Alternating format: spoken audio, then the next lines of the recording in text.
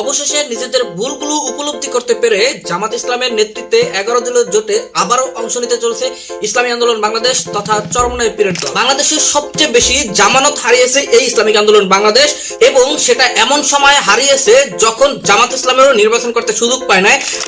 দর্শক, আপনারা জানেন যে ইসলামিক আন্দোলন বাংলাদেশ তথা চরমনাই পিরিয়ড দল তারা জামাত নেতৃত্ব 11 দলীয় জোট থেকে বেরিয়ে গেছে, এবং তারা বেরিয়ে যাওয়ার সময় তারা যে বিষয়গুলো সামনে এনেছে, দর্শক, একজন বিকৃতি মস্তিষ্ক মানসিক ভারসাম্যহীন ছাড়া এই ধরনের বিষয় সামনে আনতে পারে না। দর্শক, তারা একজন খ্রিস্টান মহিলার কথাকে উদ্ধৃতি করে একজন খ্রিস্টান মহিলার কথাকে দলিল হিসাবে তারা বলছে যে জামাত ইসলাম নাকি ক্ষমতায় গেলে শরিয়া আইন প্রতিষ্ঠা করবে না, এবং তারা মিথ্যা অপবাদ দিতেছে জামাত ইসলাম নাকি শরিয়া আইন বিশ্বাসী করে না। দর্শক, এটা সম্পূর্ণ একটি ভিত্তিহীন এবং মিথ্যা অপবাদ জামাত ইসলামের বিরুদ্ধে। দর্শক, জামাত ইসলামের আমিরকে জিজ্ঞেস করা হয়েছিল যে আপনারা যদি ক্ষমতায় আসেন তাহলে আপনারা কি শরিয়া আইন বাস্তবায়ন করবেন কিনা। তার এই উত্তরে জামাত ইসলামের আমির বলেছিল যে আমরা শরিয়া আইন বাস্তবায়ন করব না, বর্তমান পরিচালিত আইন অনুযায়ী আমরা দেশ শাসন করব, দেশ পরিচালনা করবে। দর্শক, এই বিষয়টাকে কেন্দ্র করে ইসলামিক আন্দোলন বাংলাদেশ তারা মূর্খের মতো, তারা অজ্ঞতার মতো, মানসিক ভারসাম্যহীনের মতো তারা এই বিষয়টাকে সামনে এনে তারা অজুহাত দেখিয়ে তারা এই জোট থেকে বেরিয়ে গেছে। আসলে তো তাদের অতি লোভের কারণে তারা এই জোট থেকে বেরিয়ে গেছে, সেটা মানুষের কাছে এমন ভাবে প্রসারিত হয়েছে, সেই লজ্জাটা তারা ঢাকার জন্য জামাত ইসলামের বিরুদ্ধে এই অপবাদটা দিয়েছে। তো এবার আসুন, যে জামাত ইসলাম বলেছিল যে তারা শরিয়া আইন বাস্তবায়ন করবে না, এইটা আসলে কতটুকু বাস্তবতা আছে বর্তমান এই বাংলাদেশে।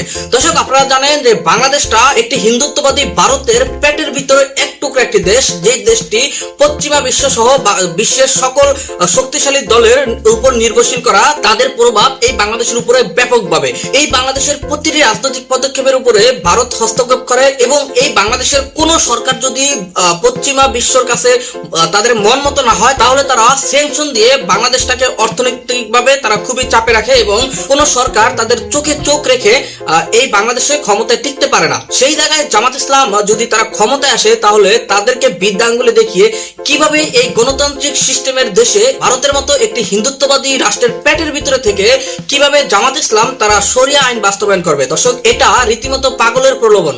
এই বাস্তবতা যারা বুঝতে না পারে তাদের কোনো রাজনীতি করার অধিকারই নাই।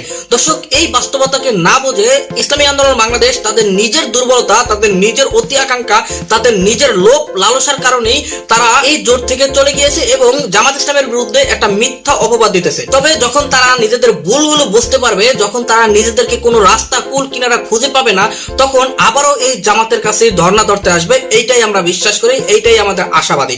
কারণ তারা ভেবেছিল যে তারা যদি বের হয়ে যায় তাহলে জামাতের সাথে আরো যে সকল জোট সঙ্গী আছিল, বিশেষ করে কাউমি অঙ্গনের মামুনুল হক সহ আরো বেশ কিছু দল, তারাও বেরিয়ে যাবে। এই আশায় জামাত ইসলামকে পথে বসানোর জন্য, বিপদে ফালানোর জন্য তারা জামাত ইসলামের জোট থেকে বেরিয়ে গেছে। কিন্তু তারা জামাত ইসলামের জোট থেকে বেরিয়ে গিয়ে তারা এই মুহূর্তে তারা নিজেরাই বিপদে পড়ে গেছে, এবং নিজেরাই তারা একটা হতাশাগ্রস্ত অবস্থায় আছে। তো তাদের এই হতাশাগ্রস্ত কেটে গেলেই আমরা বিশ্বাস করি যে জামাত ইসলামের নেতৃত্বে এই 10 দলীয় জোটের সাথে তারা আবারও অংশগ্রহণ করবে, এবং তারা অংশগ্রহণ করে তারা এই নির্বাচনে যোগ দিবে। তা না হলে দর্শক, তারা যদি এককভাবে নির্বাচন করে তাহলে সেটা আমরা অতীতে কিন্তু দেখে আসছি যে তাদের কি ভয়ঙ্কর পরিণতি হয়েছে। বাংলাদেশের সবচেয়ে বেশি জামানত হারিয়েছে এই ইসলামিক আন্দোলন বাংলাদেশ, এবং সেটা এমন সময় হারিয়েছে যখন জামাত ইসলামেরও নির্বাচন করতে সুযোগ পায় না। তার মানে ইসলামিক মাইন্ডের ব্যক্তিগুলোও এই জামাত ইসলামের লোকগুলো এই চরমনাইকে ভোট দিছে, তারপরও তারা জামানত হারিয়েছে। সেই জায়গায় তারা এককভাবে নির্বাচন করে তারা আসলে কতটা সাফল্য হতে পারবে এবং তারা তাদের নিজেদের লজ্জা কত ডাকতে পারবে, সেটাই এখন দেখার বিষয়। দর্শক, আজকের মতো ভিডিওটা এখানে শেষ করছি। দেখা হবে পরবর্তী অন্য কোনো ভিডিওতে। সেই পর্যন্ত ভালো থাকবেন, সুস্থ থাকবেন। আল্লাহ হাফেজ।